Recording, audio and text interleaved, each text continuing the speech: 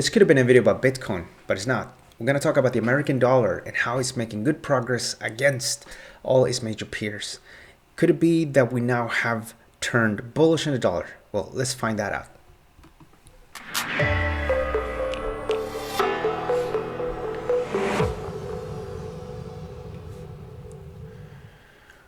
Okay, so we're using the ATFX support and resistance indicator for today's market update to give you the levels that are interesting.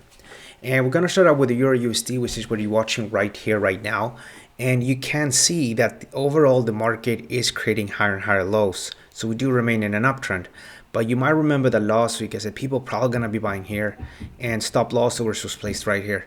And that, unfortunately, the market traded below that level and would have been stopped out. Now, the reason for putting stop loss there and not here is just because the market, as you know, was in a strong uptrend. So it wasn't really giving us too many opportunities to trade. I think the last good opportunity was to buy here and for this to bounce, and that worked out good. But then the next time when we bought here, if you did buy here, would have been stopped out.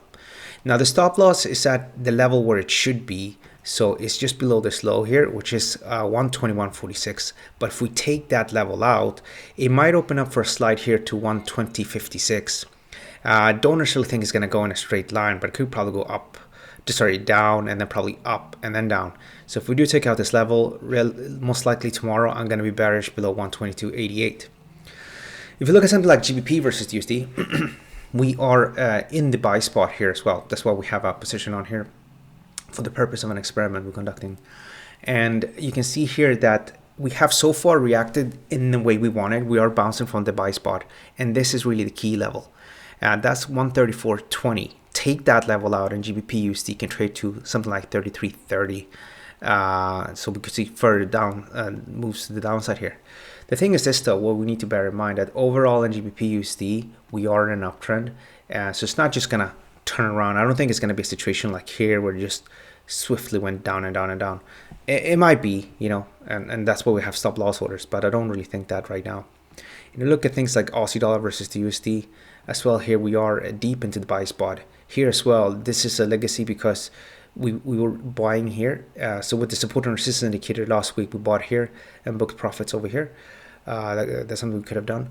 And we kept that stop loss here as well because as many of the other markets, the market's just going upwards without really correcting. So it made a lot of sense to be very close to stop loss orders. And that did work out for a while, but then eventually it didn't. And here is the dollar CAD, which we talked about selling here. I think we missed that entry with just a pip or two. But then the market went down. So unless you trigger that manually, you would have missed out. But we're back in the sell spot now. And the market is bearish below 120.06. And these are just a selected set of markets. But you can sort of get an idea that the dollar is really close to breaching major levels against most different currencies, and it looks more like a short squeeze more than anything else as well. This is the first week of the year, the second week of the year, but the first week where everybody should be at their desks, even though of course because of the pandemic situation, everybody's probably working from home already. So maybe everybody was already at work last week, but now normally everybody would be in, and all the trading that would happen would be happening this week. So it's going to be interesting next couple of days. Now, for now, we have our levels. So I'm going to stick with those as well. We need to do. We're going to stick with the levels until proven otherwise. But it's going to be interesting to see how the markets look like this time next week, because many times we will have the beginning of a trend that's going to last for a few weeks, maybe the first quarter around this time as well. If I remember correctly, in 2016. Around the inauguration of President Trump, we did have also a major move in the dollar. And on Tuesday next week, we have the inauguration of Joe Biden. And that as well is sort of a key day to watch and see if we start to get some trends. For now, again, we're continuing to be dollar bearish, but we're reaching those levels. And it's going to be interesting to see what happens. Because it's a bit like the beginning of the trading session.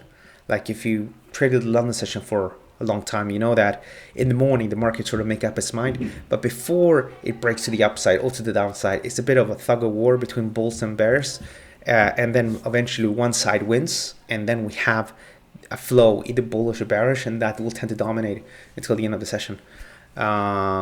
and it's something similar here, even though it's not necessarily as strong. But there's a lot of people focusing on the range of the first week or two, and then a break to that range would generally start a new trend. Okay guys, this concludes today's market update. Don't forget to like the video, and don't forget to check out the first comment on the comment down below here in the videos. You'll find the link to the ATFX support and resistance indicator, which will show you the main levels that people are watching directly on your MT4 charts. It's free to use as well if you have an ATFX account. Thanks so much for watching, and I'll see you guys soon. Bye.